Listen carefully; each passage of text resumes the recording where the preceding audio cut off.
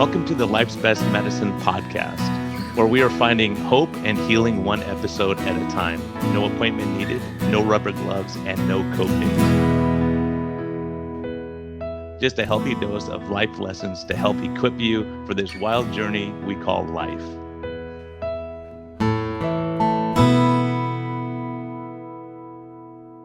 It is now December. We've warned you every month that this was coming. Guess what? The holidays are upon us. Try to be as good as you can. Do some Simply Snacking. Use them when you're traveling. Use them on those non-huge holiday meals. And I just hope that you can enjoy some good tasting food without adding all the calories and sugar and all that kind of stuff, and fill yourself up before those big parties. And take care of yourself, take care of your family, have a fun time.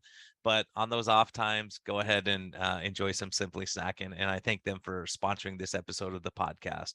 Hello and welcome back to the Life's Best Medicine Podcast. This is going to be a fun one for me because I own Tro right now, because I have the boss here, Rosette Kalayjian. Holy cow. And Tro. It's the truth. She is. We get to talk about life and all the stuff that matters. And everyone knows Rosette from Rosette's cookies and bake stuff and all the good stuff that my wife forces me to have every now and again. I'm trying to be good, Tro, but man, the holidays. I am in the same boat. I had to walk away from. I have a secret weapon at the Thanksgiving table, the dessert table. It's a mug with decaf coffee. So after the first bite, I have to get a mug. I fill it up with decaf coffee, and I gotta walk away. Yeah, that's smart, man. That's smart stuff, and get away. Like we kind of, we had, everyone was sick in the family and all that. So we just kind of hung out and worked yesterday. It's decorated for Christmas. So now I'm all ready to go. So Rosette, tell us about life. How did you meet this character? People want to know about your life. So how has she stayed sane? That's what I want for. That's a lot of people want to know this stuff. It's going to be 20 years soon. In 2 years, it'll be 20 years. Yeah, that's true, since we've known each other. Yeah. The kids help make it sane. Yeah. He's at work. No, so we met at an Armenian event.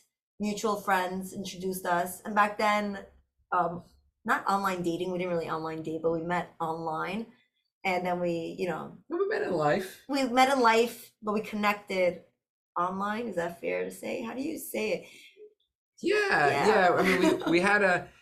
Okay, so people don't know this, but we actually knew each other from like a youth organization and from like going up. We had a church-based Armenian language school that we both attended. So we kind of knew each other, but we didn't really know each other. Yeah. I don't remember him. He doesn't really remember me. Yeah. And then life just brought us back together. Yep. We went to a concert and we just happened to like cross paths for a split second. And so who's the instigator? Was that really? I was like, I went to a mutual friend. I was like, who's that bald guy? Really? Yeah. So he had a shaved head guy, and a mutual friend introduced us, and I was like, he's cute, and we just connected.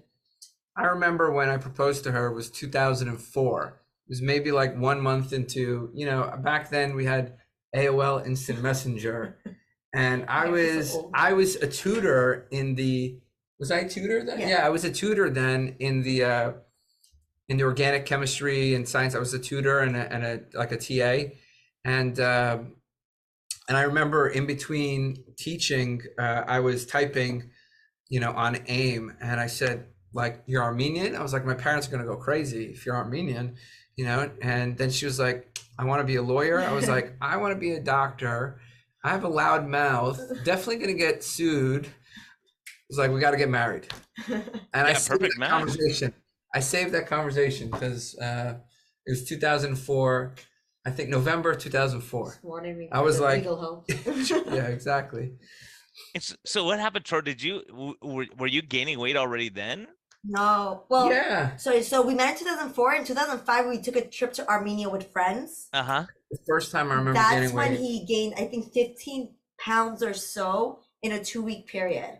And we were hiking all the time. We were sightseeing. It was like on the go. I remember but we it was just ate juice and bread. Yeah. That's what we like. We get it fresh from the bakery, and we, go on this 3-hour treks to like the villages, and we lived on water, juice, bread. Yeah, water, juice, and bread. I remember that. Kebabs too, but the kebabs always came with the bread. So like, it's crazy. That was the first time he started gaining weight, and I think that year after he went into med school. Yeah, and then that was weight gain. Every Papa John's year. was like the.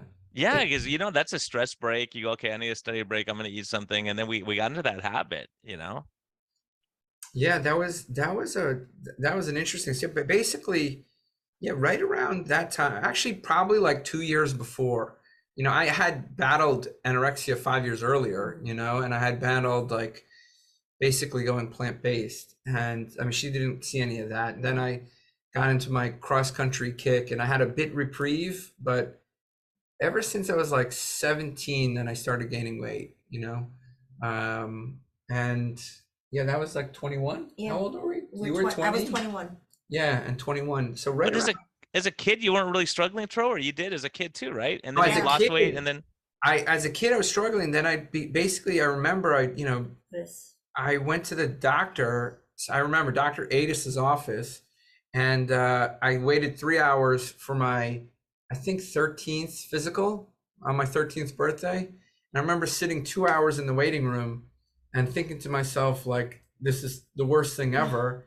And then he goes and tells me, you're going to be like everybody in your family. You're going to, you're going to be obese. I remember the weight I was like 210 pounds, like basically around the weight I'm at now, and I was 13 years old. After that, like literally he's like, you're going to be like everybody else. I didn't eat for like a month. Yeah, I remember that. Yeah, it's crazy. Training for months. So I had ended up losing weight. I mean, that was before fasting was normal, I mean, I joke about it, but yeah, then right around 17, so I lost weight from like 13 to 15 or 16. Then I pretty steadily gained weight, so I had like this tiny reprieve, and then when we met, that was right before med school. Yeah. And you were in law school. I was in law school, and I didn't get the weight gain because I didn't have weight issues growing up. Like, I was pretty active, always played sports. Growing up in the city, like, you walked everywhere, you took the trains, the stairs, up and down. I didn't like eating breakfast normally, so I always did a natural fast. Like, I would start eating at 12 o'clock. And back then it was like not healthy to do something like that, but I just couldn't stomach waking up and eating. So like, as we dated and we went out to eat, and then he started gaining weight, like, I just couldn't understand how it was happening because we were eating similar stuff. I mean, it was quick too. Yeah. And it's like 15. Yeah, I wish I had Linnell here, man. My wife would say the same thing. We'd eat the same thing. I'm gaining weight, she's losing weight. I'm like, how's this work? It's ridiculous. Yeah, my metabolism was always good until I had kids. And that's when I moved to the suburbs right after we got married. Yeah. We were eating out a lot more, and I just couldn't keep it off, even though I was walking the same. And then we had our first child 2 years after we got married, and I just couldn't lose the weight after that. And I was like, whatever, let's finish having kids and then I'll like figure it out.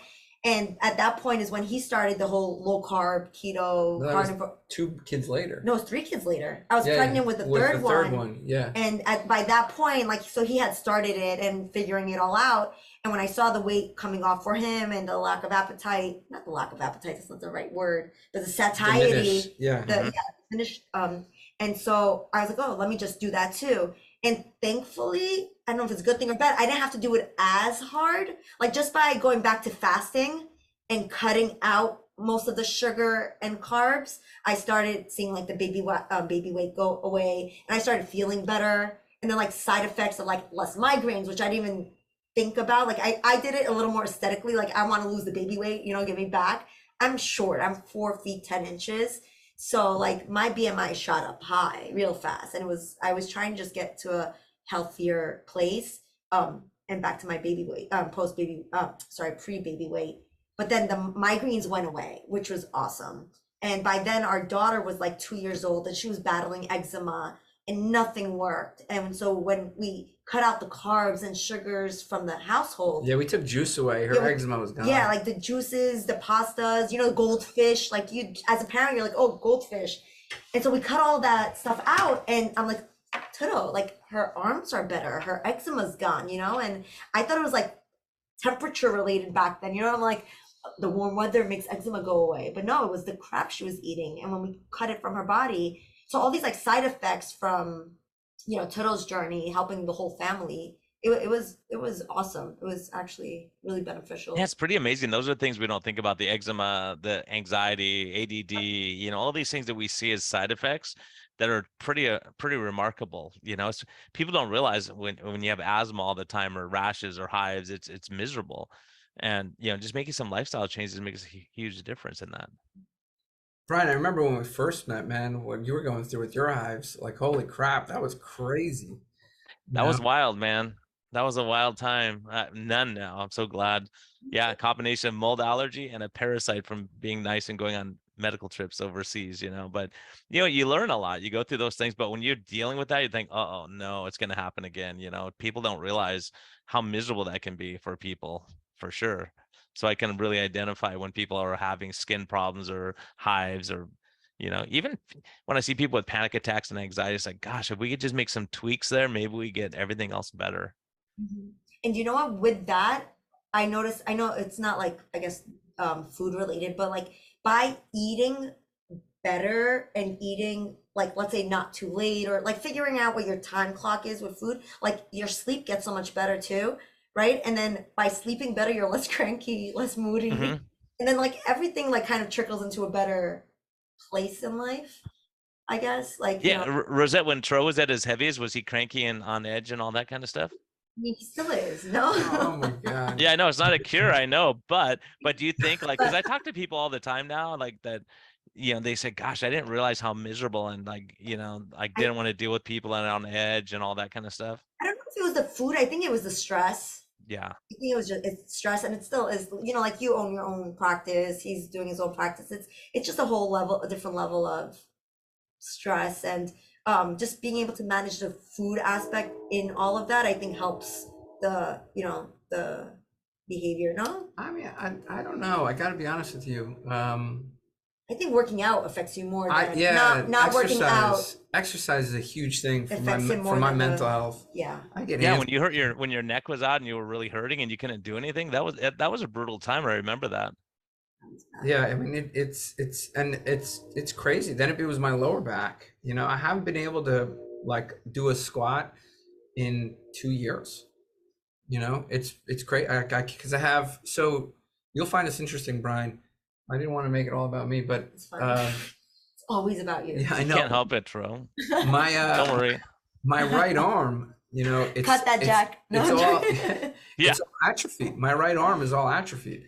You know, Yeah. like I don't know if you could see it, but you know, I No, don't know. yeah, I could see it. Yeah. Yeah. So if you look at the arm, the right arm's and the right lat is atrophied. And I remember when we were in Denver, you were doing like pull-ups or you know, weights, and you go, look, my right arm is just super weak, and your left arm could do it. And it's, you know, it's scary when you start getting stuff like that.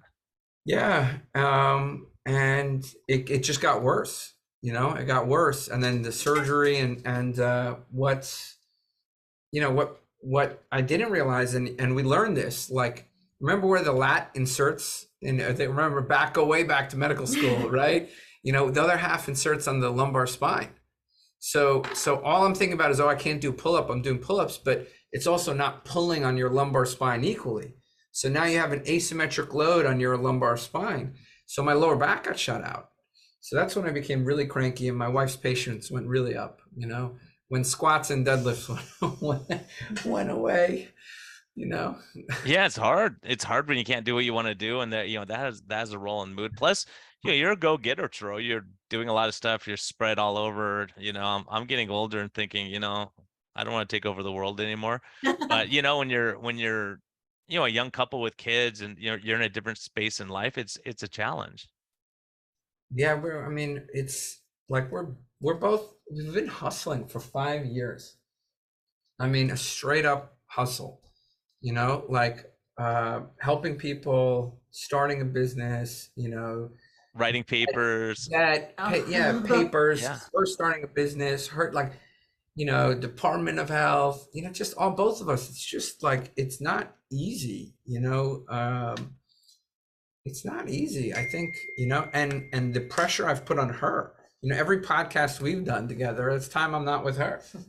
It's that time I'm not with the kids, right? Every, time we go and lecture somewhere, it puts a strain on relationships. And like, thankfully I have a saint for a wife. I don't know how I've made it for 20 years. I gotta be honest, and plus when I was younger, I was a lot more immature. I mean, I've got a lot more mature as we've aged. More than now, Tro? Yeah. I mean, like Dang. I mean, honestly, she's been emotionally mature most of our relationship, but I was emotionally immature. Like, and I've noticed as I've aged, that's kind of caught up a little bit, not quite, but a little bit. Yeah, you learn through life and you get life lessons and you go, okay, let me change my tact on these things. Because, I think about that, Rosette, I know, because my wife will say, Brian, why did you tweet that? Why did you say that, on the podcast or whatever? I mean, it has to be from being a wife. It's a hard thing to see your husband going through struggles or, getting into conflict with people online or whatever it is. It is so hard. I try to remember that it's all non-malicious. It's coming from a good place. It's not the way I would communicate. It's not the way I was taught to communicate, but he has the passion. He's trying to do good in life. The people who get him. And there's so many people that like, I love the way he speaks. I love the unfiltered voice. He's speaking for all us. Like, so I get it. It's just still, like you said, it's hard, especially seeing the attacks. And then they come your way too. And they're like, it's just, trying to separate the screen from reality. And that's why I try to tell them, like, you got to show people who you really are, how kind you are. Well, he does. That definitely comes through. I mean, it's the same thing when we first started the podcast, and it was funny because people didn't like me. They're like, "Why do you pick on Tro all the time? Why do you guys like, you say?" I'm like, "We're joking. We're friends." Tro said that. He was, "Don't worry, it's me and Brian, like brothers." He's just, because I was like, is there a problem I should know about? He goes, no, we're just messing. Everything's okay. And I'm like, okay, all right. Like, if you don't know, you don't know. Yeah, and it's funny because I think us guys, we're not. When we're close with someone, we kind of rib each other and it's in jest and we don't mean it. And when you have each other's backs and you kind of know that, but it's hard, to, a lot of people really love that part of us now. They've gotten used to it and they see, okay, they're not being malicious to each other. They're just kind of poking fun or, he'll make, who do you make fun of me, Tro? Like I'm old that I watch, you watch Andy Griffith or something. What is it? MASH. Matlock. Remember, it's like Brian's watching Matlock at night and all this kind of stuff. I used to make fun of him, he's due for a colonoscopy, but now he's actually due for a colonoscopy. So. Yeah, I know, man. It's all that stuff. So yeah, I think in life we kind of, but the one thing I respect about Tro is he stood his ground and stood up to people because someone has to do that. I would just let things slide and go, okay, whatever. I'm not going to deal with you, but we need people on the front lines who are going to get in people's face also. And you can't just turn the other cheek all the time too. And I think that's really critical. I think you went to mute. Oh, you went to mute. Hey, hold on. Sorry about that. It looks like somebody just came in. Oh, I'm going to pause it just for a sec. Yeah, no, it's all right. It's It's actually Amy. She's doing some late night Friday work. We didn't realize there was somebody in the office. Oh, all right. Hey, Amy. It freaked me out. Yeah. I don't know. That happened to me the other day. Someone walked in while in the middle of a podcast. I'm like, wait a minute, who's here? Yeah. The UPS guy. Yeah, the UPS guy. Sorry, where were we? Now we got distracted. Yeah, it's been. I mean, I think a big thing is, that's one thing that this taught me this last couple of years is most people, I think, just don't want to, oppose the masses, don't want to oppose authority. They don't want to let people down. And I just was never cut from that cloth. I was never cut from that cloth. Yeah, it's a funny thing because I fly under the radar and I don't want to be on the radar. But when you see injustice or you see everyone saying the same thing that's wrong, you think, well, how can we all think the wrong thing? And I think questioning is what got us to where we are in medicine. You look at Professor Noakes and Fetke and all these people that we've looked up to, and they're breaking new ground. People like Chris Palmer talking about mental health and schizophrenia on a ketogenic diet. Where when you and I talked about that 2 years ago, everyone flipped out. 4 years ago. Yeah. Yeah, 4 years ago now. Yeah. Sheesh. The one thing with Tro, like since I've known him though, like he asks questions. He doesn't take anything at face value. He wants to know why. Wants to know how it works. He wants to understand it. He does his own research before he comes up with a, opinion or takes your word for it. Like that's always been his MO. And I was very different than that. But that's what makes him great. He's really good at what he does. He's able to, see past what is it called, like the curtain or behind the curtain or whatever. Yeah, not even afraid to speak out against people who were in the same camp and say, wait a minute, here's what the data shows. And I think that's what we're called to do. If in 2 years we find data that says what we're saying is wrong, we'll have to say, oh yeah, there's new data that's saying, maybe this is a problem. Maybe we have to change what we're doing a little bit. And I think the people that I respect are the ones who are able to do that, because they say, hey, that's what the data showed then. Here's what we're seeing now. And, but I think our clinical experience is very valuable also. And what you're seeing in clinic, it's hard to say we're not seeing what we're seeing. Yeah, I mean, I think that the problem becomes like there's been a lot of problems, but I think one of the big ones is trying to understand that there's a lot of interests in medicine, and like it's not that every single time the central planners get it wrong. So they got it right with smoking, for example, right? They got it right for smoking. They did a lot of things to get smoking, to be, less common. And there's a lot of, but most of the time, I don't think there's another, iconic, good, public policy, thing that they got right. In fact, more often than not, they're wrong. Right. So like the standpoint of every doctor and every person should be, we should question this, and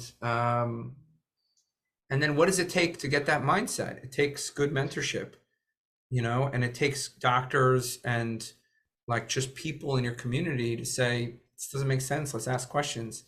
And that goes back to one thing, I want to talk about was you, Brian, is you've been a great mentor to me. And many people may not know that, when you first get on the scene and people ask you to start, talking at conferences, I mean, things get to your head. And I remember, you came to me at one conference and you're like, Tro, you really have to keep yourself grounded. Family and community are the most important thing. It was something like that. I don't remember exactly what the words were. And I was an idiot at the time. I was like, yeah, Brian, but you're right. No, I think we all go through that. You get some notoriety, you get an award here, you get these things, and all of a sudden we think we're all that. And it's a hard thing because then we kind of lose our drive too, because you're like, I've arrived. I don't really have to do what I used to do. And, I think a lot of us get to that point, and you've never been intellectually lazy. And I'll tell you, I mean, it goes both ways. I hate to say nice things about you, but look at direct primary care. You got me out of a system. I was going to die in that system. It was going to kill me. It really was. I mean, the more I look back, and so many times my wife and I and family and friends and neighbors are like, man, what a difference, just that constant overworked, constant stress. And now there's all these data is coming out about the effects of stress, and how it affects us. So, and I remember the stress you were under starting your practice and still working in the hospital, still doing all this stuff, and COVID hits and you're going through it. And I was like, man, you're under the gun also. And that takes a toll on marriage. And, Rosette, what was the hardest time, you think, like when you look back and go, that was a rough patch? Rough patch. It was hard for a lot of our, like so we got married, like law school, med school, got married, went straight into residency. And then 1 year into residency, we had our first child. And I remember him like just working nights all the time during residency, and with a new child, I mean, a newborn, first one, trying to figure things out. He was sleeping during the day, baby's crying, trying to balance just, exhaustion and all that. And I don't think until he left his hospitalist position and started the office did we get some reprieve. But then that brought a whole set of other stressors. And then, with COVID, we had 3 kids at home learning virtually. He's away, so he gets the time off, to go and adult while I was home with the 3. It's been like a constant, like, not struggle, but an adaptation to how we By time away, she do. means, working nights at the hospital, working daytimes in the office. or even going to give a talk. We got to hang out in Denver and we give a talk and we're away, and you don't, Yeah. it's all the responsibilities left at home. And that's how it was for my wife too. I mean, she Yeah. shouldered the burden, and, you have to go shopping and, and all that stuff, and the connection too. It's like when you got kids throwing up on you all day and you're like running around crazy and you're exhausted, everyone's tired. It's not good for the Can't wait intimacy for in like the an relationship. adult to walk into the door and just say hello, like It's like, here, take the kids, I'm done, I need to. Yeah, totally. And that's a huge issue, and that's why in medicine there's a huge burnout rate too, because it's the constant stress, and you get home and there's problems at home, and like, I just dealt with difficult people for the last 16 hours. Now I have to deal with the garbage disposal is broken and I gotta fix the printer or whatever. so many. Yeah. So I mean, every stage in our relationship had its I think, like, I don't want to use the word struggle, but like we Challenges. had challenges. Yeah. And we came out stronger. We keep coming out stronger. There's always something new to learn about each other. Well, if I had to bet, I would say, Rosette, you don't put up with a lot of BS either. Right? You're pretty tough. Like, you'll let it go, and like all of a sudden go, that's it, I'm done. She's an attorney. No. Yeah. Before the attorney, She's an attorney. I'm from Queens, I say. No, she's an attorney. Let's just put it that way. No. I don't think she's. Have you ever lost an argument? Yes, many of times. But I know who to not talk back. I know who to, like, voice my argument. It's true. Yeah. My opinion to. But that's because you feel safe with your partner, right? Like, Totally. it's a safe Yeah. place, and you should be able to say whatever you want, and, like, he Well, laughed. and plus, you're going from, knowing what I know too, is going from a place of financial security to, okay, I'm going to start my own business, I'm going to do this on my own. That's stressful. It really is. I'm so risk averse. And so even the fact that, like, so he started a, practice, left a steady income, started a practice, and all of a sudden I'm like, oh, let me start a practice. No entrepreneurial, like, bone in my body. And for me to do this, risk averse, like, I was like, I don't know what we're thinking, with 3 little kids. But it's God is good. We're here, we're God is trying to good, help people. I mean, the goal is positive, the goal is health, like, it's something good we're trying to do. So it's motivating, and it feels good to do it, even though it's stressful and takes us away from each other. It's a cool journey that we're on. Not everyone could say that, they've had these opportunities. I mean, we bust our butt though. I mean, I don't most think people do when they care about what they're doing. Yeah, I mean, I got to be honest, Brian. This year, I mean, she doesn't like me talking about it this way, but this year was the first year I took half of my salary from Yale, right? Half. This is now 5 years later into my practice, right? I took half of my salary, and oh geez, the freestyle. You're getting Low Sugar's talking about it, man. Look at Yeah. Here's our ad for Freestyle 3. It's literally it's at the Like, stop. don't I got to forget urgent, me. yeah. And I got to, I got a message to at the same time. So, but it's been a, it's been, like, I think people think that it's all great. I mean, and it's our baby, so we invest everything into it. Before she ever took anything out, we donated, a bunch of cookies to Yale. Took what out? I You know? have nothing out. Yeah, I mean, like, we don't, like, so that's the thing. It's like, it hasn't been about money so far. It's fun for me. It's like a stress release. I love to bake. I love to share the bakes, and in turn, like, I have a sweet tooth, can't have the regular stuff in. Realize that the migraines are strong, so we cut it out. We created the recipes. We want to share with the world. I think they taste awesome, especially when you create, like, different things with the mixes. It was an avenue of it was just, we're helping people, but it was also mentally helping me get through COVID, get through 3 kids, the practice. It was just like a passion project. Yeah, when you love it. Yeah, I'm excited to see where it's going. Hopefully we could still you know, we're continuing it, coming out with a new mix, sharing it. I mean, it's cookies and cakes. How could it not make you smile and feel good, you know? Yeah, people are happy and it helps them get on track. It helps them to survive the holidays. I mean, there's a lot of things. And, I know, Tro, you took heat from people going, look, they're just doing this to make money. It's like, well, he was already doing this. Yeah. And, it's just a tool to help people get through. And people don't realize, there's emotional component to all this stuff and trying to change lifestyle. If you make the bar too high, if you go, you can only eat steak the rest of your life and that's it. People go, forget it. I'm going to do other stuff, right? If you go, hey, every once in a while you can make your, cornbread, like my wife's making tonight, I think, things like that you can really just have that enjoyment without saying, okay, I'm just going totally off the rails and losing it. I had somebody in my office today, a young 26-year-old kid, just, and this is something I felt strong about, a lot of mental health issues in our young men. And, he's coming in basically talking about his mental health issues, no joy in life. He went to some personal trainer to help him lose weight because his labs didn't look great.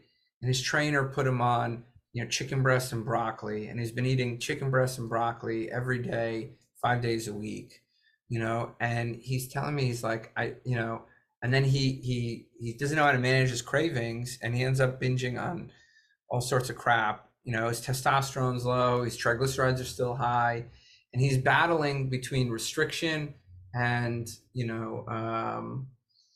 restriction and like feelings of deprivation, and like my heart went out to this guy. And I thought to myself, like,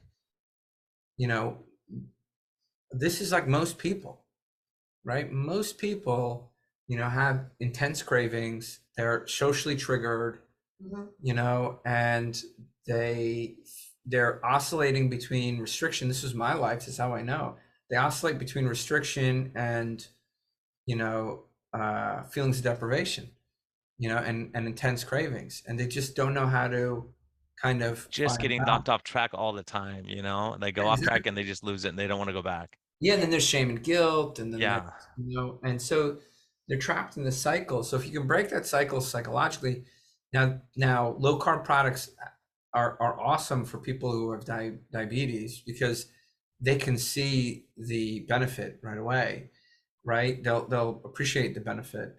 It's tough for people who are, more insulin sensitive, like a 26-year-old kid, because they may not appreciate that, but there's still, this problem of people trying to figure out how to navigate, because it's not just you and your desire to get healthy. It's like your desire to get healthy, and every processed food company out there, every single restaurant, your family who's doesn't have ill intentions against you, but they're going to make food and they're going to push food on you, and your friends who are going to make food and push food on you.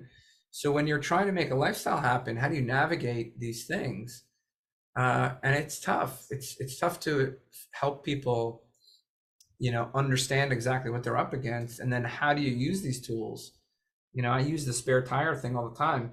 If you compare Rosettes to a spare tire, if every single time you're getting a flat and you're using the spare, you got to ask yourself a question, well, what's going on, right? But if you get a flat once a year, or, you don't need to ask much questions, I mean, maybe once a year is still a lot, but, but you're okay, twice a year, you're okay, right? It's just maybe somebody, you've nailed somewhere, a bad tire.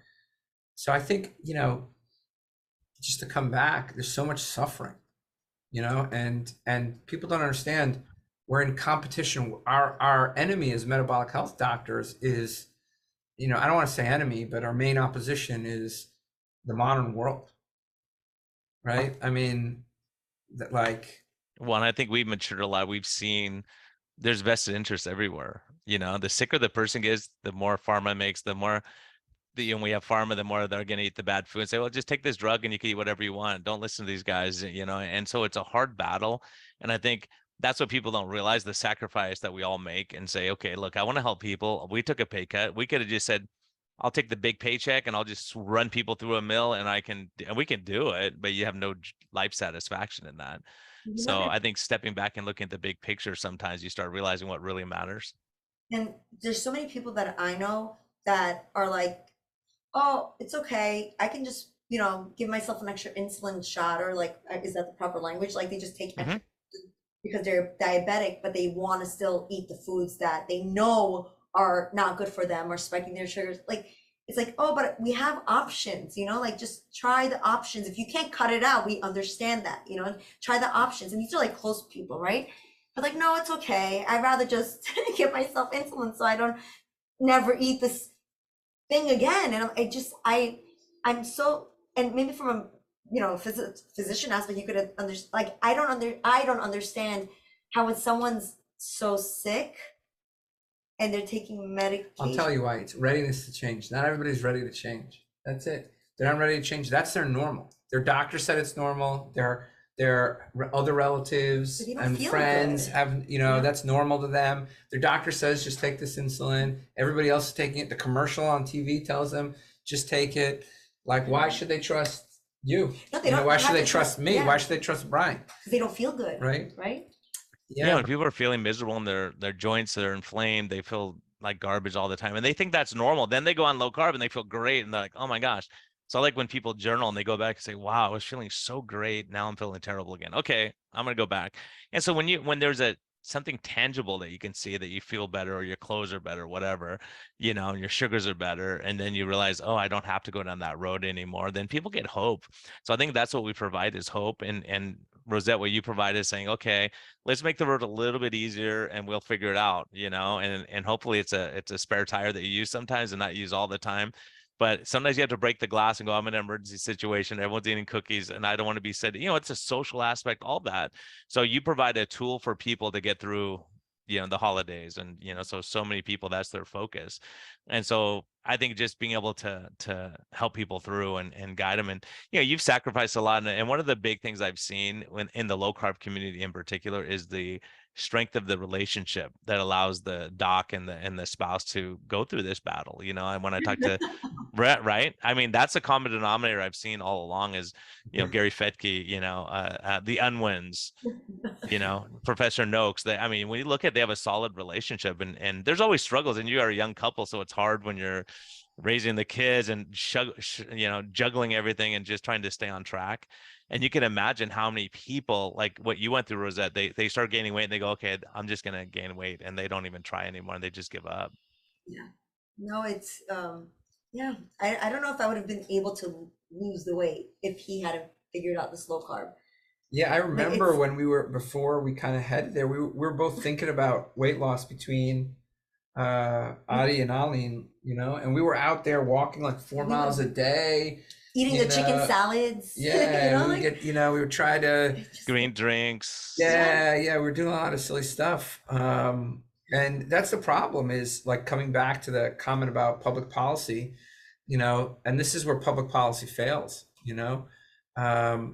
Kind of that messaging is, you know, just eat less, move more, eat a bunch of whole grains. Like that can't be the basis of this.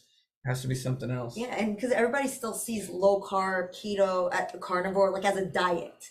Like it's still like that stigma where it's like, okay, call it a diet if you want, but like it's not. It's a lifestyle. You have to make these lifestyle changes, you know. And like like you said, the Rosette stuff is not meant for you every day. But if you have to use it for a week to get you through the next 6 months, like it's there for you for those moments, you know. Like people have rough times in their life, they have like the cravings. There's like people just want to feel normal. I think that's what it is. People want to feel normal. Yeah, it can't be a struggle all the time. So every once in a while you go, okay, I want a pizza, okay, I'll make a Rosette's pizza, rather than going and eating some terrible pizza, right? You can eat a terrible one, but you're gonna, like, I feel like crap when if I ever do cheat. Like your body, once it's cleaned out, feels it immediately. And once you know that pain and that discomfort, you don't want to go back, right? But like I think she gets migraines within 8 to 12 hours of having a high dose of sugar or carbohydrates. And it could be like in a bite of a brownie that I was like, oh, let me try it. Like it's so bad. Within 8 to 12 hours, like I'd say a 50% hit rate. You know, and that makes it not worth it. And you go, it's not worth it. It's like, I'm gonna get hungover. I'm not doing that. You know, there's certain things you just go, it's not worth it. You know, staying up all night till 4 a.m. and then having to work the next day, it's not worth it. You know, exactly. So when like people are like, oh, why are you still doing the sugar-free diet thing? I'm like, it's not a diet. It's just I've cut it out. It's healthier for my body. It works. And so like lifestyle change is the hugest I mean, it's the best way I can describe it to people. It's like, stop calling it a diet. Don't mess with your, mind. Because when you hear diet, you feel deprivation immediately. You feel like you're missing out, FOMO. So the language has to change around it. And maybe people will be more apt to, like cut out the sugar and carbs or It's whatever funny, it may our be. kids like Rafi Oh turns my over God. everything. The littlest one, he's 6 years old right now. He reads in the labels now. He goes, what is CARB, carbohydrates? How did you know that? It says 0. So like he reads like all of it. He goes, seltzer. Yesterday he was reading me the back of the seltzer can. He goes, everything's 0, no sugar. Like Yeah, it's great, but they're at least focused on, they start learning, and then you can put them on a healthier lifespan, make their life easier so they don't have to go through the struggles that you went through too. That's exactly, because our 10-year-old too, like it's harder, when they start later in life, they've already been exposed to certain things. And so it's harder. So he's the hardest, I want to say. And like, it's okay. They're all better than they're better our than kids. 95%. Our kids Yeah. eat good. Our kids eat good. But I tell them all the time, Yeah. I'm like, you have to, we're just teaching you right now, because eventually you're going to be out in the real world. You're going to eat whatever you want, but you have to pay attention to your body. Your body's going to react to the food. And if you don't feel good, make a mental note that this isn't because mom said you can't have it. It's because your body really doesn't, respond well to it. It doesn't make you feel good. So I'm trying to like get the food association. I mean, can I tell you, we could see the mental health changes right away. I mean, every parent, right? Every parent probably sees that, right? Except that pediatrician who went after me for saying that No 4 way. years ago now. See, the food has no effect on Oh, emotions. yeah, I'm like, that's right. you've never been to Disneyland? the cowpea, right? Yeah, you've never been to Disneyland at midnight and you see the kids melt down, they're exhausted and they've been eating chocolate all day and they're miserable, and you need an extra cup of coffee to get going, or a drink to calm your nerves. You've never heard any of those things ever. So yeah, I think there's so much that we're learning. And when you talked about the goldfish, and I have a niece with that has autism, and she was eating like that, The colors, yeah. and she changed it to real food, and she got better, dramatically better, and it's ridiculous. So there's so much like that you think poor parents, if they're just educated, they can help and make their at least eat real food, and cut out all the processed junk as much as possible. And attention deficit, we're just throwing drugs at kids instead of saying, okay, let's look and see what else could be an underlying cause of this. You know how to give a kid attention deficit disorder? You sleep deprive them, you feed them crap, right? And you do it chronically, and you have them not move, and you have them be socially isolated, cover people's faces, you Stress them out. to school, give them a ton of screen time, stress them out. I don't think I would get, I mean, Cut their social engagement. Yeah, all those things. I mean, it's terrible. The brain is an organ like anything else. It has insults like anything else, and like for us to think like the way we approach mental health is so wrong. It's not like on or off. It's a spectrum, right? We all have some attention deficit. We all have some propensity to migraine. We have all some propensity to seizures, I mean, we can make people have a seizure. Give a ton of alcohol for weeks and then stop. Right? Sleep deprive them, right? I mean, we can induce seizures in people. So I think, I don't know, we need to change the way we think about mental health. I'm so passionate about that, I think me too. I think those are things we can really, really address with time. Speaking of mental health, Rosette, what's something sweet about Tro that we don't know about? She's gonna have to get back to you and give me a year to think about. Yeah, she got. I know we have to put. No, I should have given you a list of questions beforehand. Yeah, I know that's putting you on the spot big time. He's very, very, very passionate about what he does and about saving people.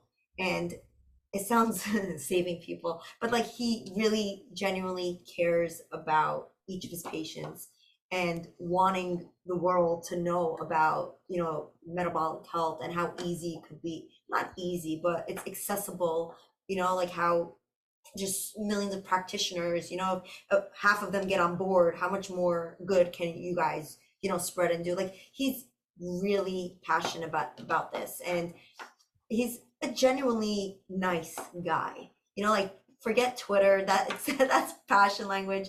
He's sweet. He has a kind heart. He doesn't think ill of anybody. You could cross him and he'll still, find the good in you. which I don't Yeah, think. that's a good trait. That's a huge thing. I've seen that in you too, Tro. How about you, Tro, with Rosette? Man, let me tell you, her patience.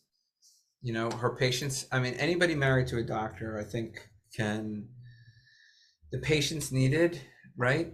The absence, being able to deal with that absence, right? You get married to have a partner and to have, somebody that you can be a best friend with, and then to have somebody just kind of go off and do this thing, this mission to heal people or whatever it is, SMHP, Low Carb MD, app, practice, whatever it is, right?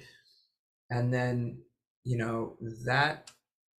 that makes you less of a friend, right? It makes you less of a husband, and she's so patient to deal with that. And then the other part of it is, wow, look at this, just crusher. I mean, she's got no she had no drive to do anything business oriented, and I've always told her, go for it, go for it. And to be able, she worked her entire life to go to law, and not that she hates law, it definitely stresses her out. And to find something that she likes to do and make something of it, that's, I think, very admirable. And on top of it, I mean, just the most amazing mom. Like, our kids are awesome, and Yeah, that's a huge thing, man. You'll save a lot of money in counseling down the road. And, everyone kicks the can out. They want everyone else to take care of their kids. The teachers want to teach your kids their morality. And it's a hard time when you say, no, their teachers in our area cannot teach our kids morality. They do. You No. can't control what's in the classroom. I mean, right they now. do, but you have to unbrainwash them. Our kids came home the other day, and we have good kids, very bright kids. They know to question authority, and they came home. They're in Socratic society, or Socratic. It's like whatever, like a program to get kids to think. And the question was, is it okay to lie? Is it okay to lie? And so they walked out of this both thinking that it's not okay to lie. First, that was their first opinion, but they came home saying it's okay to lie. And I had some problems with that, right? And so I had no problems with them questioning that line of thinking. But then there's a counter questioning, which is moral relativism acceptable? So here I am telling and they got it. I mean, they got it right away. But you can ask them to say, to question, is something good or bad? Should we look at it? Absolutely. Right? You can question that. But nobody asked them, should you question the idea of moral relativism? Right? And I don't know if that's too advanced for this, but No, I absolutely agree with you. Yeah. So here I am. It's the same people who say there's no absolute right or wrong who now say there's an absolute right and wrong. They say, if you say the wrong thing, you're spreading misinformation. Well, based on what? Right? Based on what? Who's right? Because we all know in medicine that the one miracle drug we had a few years ago was killing people. And then we say, okay, we were wrong. All that kind of stuff. So I think it's that comes down to integrity, and it comes down to being humble too, and saying, I had it wrong. We were wrong based on the data. Now we have a new way to go. I think for all of us, parenting, we have to do that. You raise your kids a certain way, you think, okay, discipline. And then you go, well, maybe I over discipline, maybe I under discipline, all these things that we're always going to question, because none of us, it's on the job training everywhere. Yeah, well, I could tell you half of medicine is on the job, but parenting is on the job. And there's a lot, as they're in school, and that's the other thing, is we get to be with our kids. Yeah, and I think him, definitely from day one, it was important for both of us to be able to be in the home and raise the kids, and he was definitely down for it. Yeah, I mean, how many times I go, Tro, we got to talk. You're like, okay, I'm giving the kids a bath. Now I got to put them down. Can you do it at 3 a.m, Brian? Does that work for you? No, but I don't think, I think that, being like, we've talked a lot about this. Like, we just want to be there. Yeah. We want to be present for them. My parents had to work. Her parents had to work. I mean, her parents, like both of our parents came here with nothing. We're like first generation Americans. They came with nothing. My parents had nothing. Her parents had nothing. Mm-hmm. And they had to bust their butts. And, we felt the absence, So, I mean, all I want is to be there for them. And if they don't want us, then that's at least, that's good. But so far they want us, Yeah, and that's a huge thing, that they know you care and love them, and you're working hard, you have a passion for something, you dedicate yourself. All these are messages that they're seeing, and walking in integrity and honesty, and speaking the truth, and sometimes losing your cool if you have to. I mean, these are all these are all things in life that we need kids to be able to stand up for themselves and be able to question authority and say, wait a minute, not to be disrespectful, but to say, wait a minute, this doesn't make sense to me. Explain this to me in a way that I'm going to understand, all that. So, you're both great at that. So it's so great to have you both on.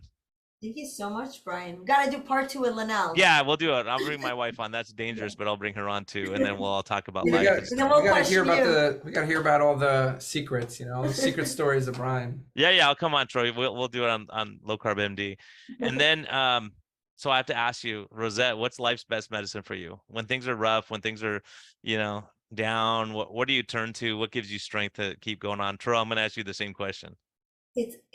I don't know. I've thought about this a lot, and I don't know if there's a right answer, wrong answer, silly answer, but my kids give me a lot of strength. Like just seeing, you give birth to them and like where they are now and the humans that they've become, and then the love that they give you, and just watching them and being able to be present for them. It's amazing. And I do everything. I mean, I do everything in this life for my family, Tro, my parents, in-law, sister. But my kids, there's something like they give me the source of strength that I don't even know that I have sometimes. Just look at them and like ask for a hug and they give it to you. And it's like, you're right back at it. You're doing it again. It's a new day. And it's what gets me through every day.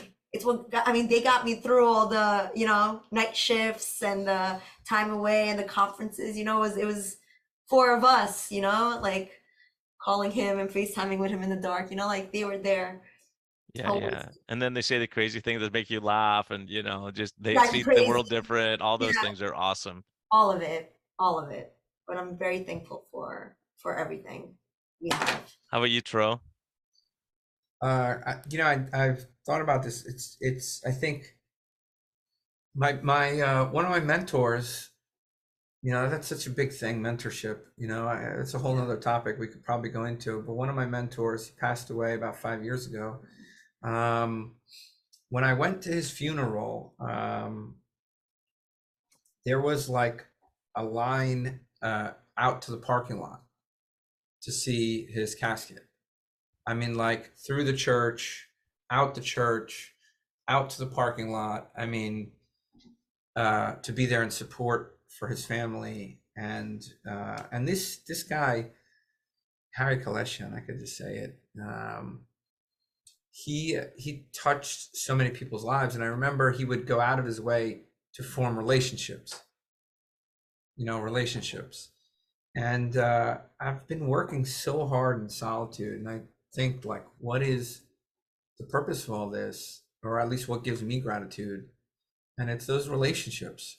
How many lives have we affected, like really affected, whether it's friends, being friends with somebody there for support, a father, a husband. How many lives did we positively affect? Patients, a community, a movement, right? It's relationships and exercise. If you take exercise away, I become a terrible human. So my medicine is definitely exercise. Yeah, I'm not kidding. I mean, it's like exercise and sleep. Exercise, sleep for my mental health, and then being of service. Which is so funny because I always said from when we met, we're so yin and yang, like literally yin and yang. Like I thrive on social interactions. I love social interactions, hanging out, talking, connecting, and it's Yeah, no, I don't like the social interaction. Yeah. I like You like the helping, but I mean, like not helping, but the relationship. Like, I don't want to say hi or bye to anybody, you know, like I don't need to talk about the weather, you know? No. Yeah, Troy, we're the same way that way. I can't just like make small talk and sit there and just say, okay, we're not connected. I'm just here for the, but when it's so funny but what we do on the podcast, we reach so many people, but it's like, if I have a choice between hanging out at home with my wife and kids or going out to some big event, I was like, oh man, I want to be home. I don't want to be out doing stuff if I don't have to, and that's where your connection is. And then I realized that's why the big thing with you helping me out with, working 18-hour days. It's ridiculous, man. It's just not good for anyone. It's not good for home. It's not good for anything, you're not effective anymore. So I think, the other topic that we brought up a lot is physician burnout and the stress and all those things. We say, gosh, even if you work a lot of hours, if you enjoy what you're doing and you love it, it's a lot different than being in the salt, working, like being tortured, yelled at all day, and, combative people and not helping people. That's what we went into medicine for, all the sacrifice and those times. And I want people to know that, we badmouth doctors sometimes, but the amount of sacrifice that you have to go through to be in medicine, whether you're a bad doctor or a good doctor, it's a huge sacrifice, holidays away and, 3 days in the hospital at a time and all that. Well, at least in my day, it was like that. You got it, the wimpy, easy way out, Tro. Yeah, but 24 hours in your intern year. That's what they limited it to back then. But yeah, I was gone for 3 days at a time. It was pretty crazy, and it's ridiculous. I'm glad they changed all that stuff. So, Rosette, how do people track you down if they want to get your stuff? They want to know where you're at, and Tro also. Rosette'sMix.com, or we're on @Rosette'sMix on social media. And come on by and say hello. There's this podcast I do. It's called Low Carb MD Podcast. Yeah. It's really good if you guys want to catch it. Hey, when you started, you were going to start a new podcast. I've been waiting for that. It's coming. Yeah. Too many things going on? We want to make it special. It's coming. It's in the works. All right, cool. All right, it's good. All right, good. So literally, Brian, here's the thing. It's to do two things: give charity care, right, and to document literally what happens, like in these four walls. So I want to do it right, and I want to do it justice. So it's taken a bit of time. We hired a new doctor, Dr. Laura Buchanan, and we're just trying to be a practice that can help anybody anywhere. Yeah, we just had them on. They're awesome. Theirs will come out right before yours. And so, it's super cool. Super cool what you're doing. You're building a great team. Brian, here's the thing, and just to say this, we're on assault. Summit Health just got bought by Walgreens. Amazon just bought One Medical. Okay. United Healthcare is the biggest employer of physicians nationwide. The second biggest employer is venture capital. Third biggest employer is hospital systems. Less than 40% of new doctors are going to private practice. Less than 40%. I mean, we're going to be out, man. And that's all doctors. That's not just primary care. At my old residency program, one person going into primary care, outpatient. Everyone else is hospitalist. Yeah. You start realizing what is coming, and we've seen it and we've warned about it. It's coming, So, and that's what gives Tro low sugars. Yeah. Well, let me tell you, that's the thing. When people are like, well, why, why are you doing all this? And here's the thing, we need to find a way to make this work. And I'm hoping it's been working with Dr. Laura. Hopefully, I could be so nice to her. She wants to stay on forever. And then we can get, more and more doctors kind of under the belt. And this is our dream, Brian, is to have a multi-state, multi-specialty, nationwide practice, and I'm hoping we can do it. And I'm slowly chipping away. All right, man. Let me have this little corner of it over here on the West Coast, and we'll talk. So, hey, but it's so awesome having you both on. Such a great thing. Always a great time. I'm glad we finally got to get all of our schedules together and make it happen. So, day after Thanksgiving, we kind of Tro had to work today, but I had the day off, so it's all good. But yeah, thank you both for joining me. And everyone, there's a lot of wisdom here, tons of stuff. And I would say, listen to Low Carb MD. That's my my first baby here doing the podcasting with Tro, and be kind to yourself, be kind to others, and just sometimes you got to think a little differently, stand up for what you believe, and take chances sometimes. Take chances. If you have a passion, follow it. Don't give up, and just keep that faith and hope alive, and take one step at a time, and you got this. So you too, thank you so much. Get back to helping the kids. Thank you, Brian. All right. You know. Have a great weekend. Thank you too. Bye.